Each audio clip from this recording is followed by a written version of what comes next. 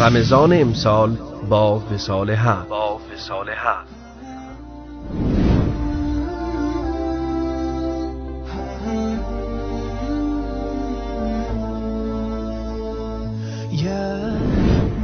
تلاوت یک جزء قرآن کریم با ترجمه آن به صورت روزانه.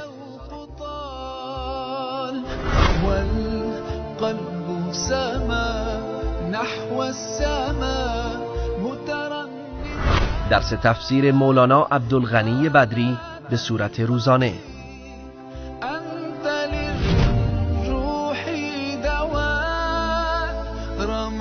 برنامه جهان آخرت با اجرای شیخ محمد العریفی.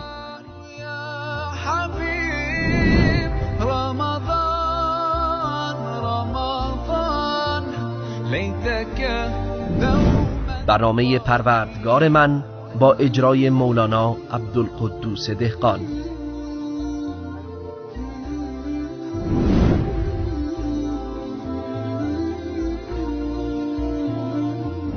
برنامه نامآوران سرزمین فارس با اجرای دکتر نور محمد عمرا.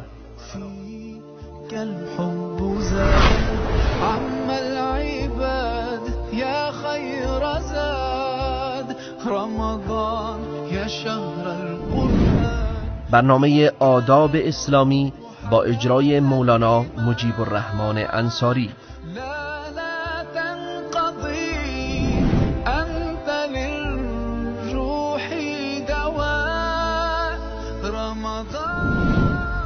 برنامه قهرمانان با اجرای استاد امام الدین رحیمی.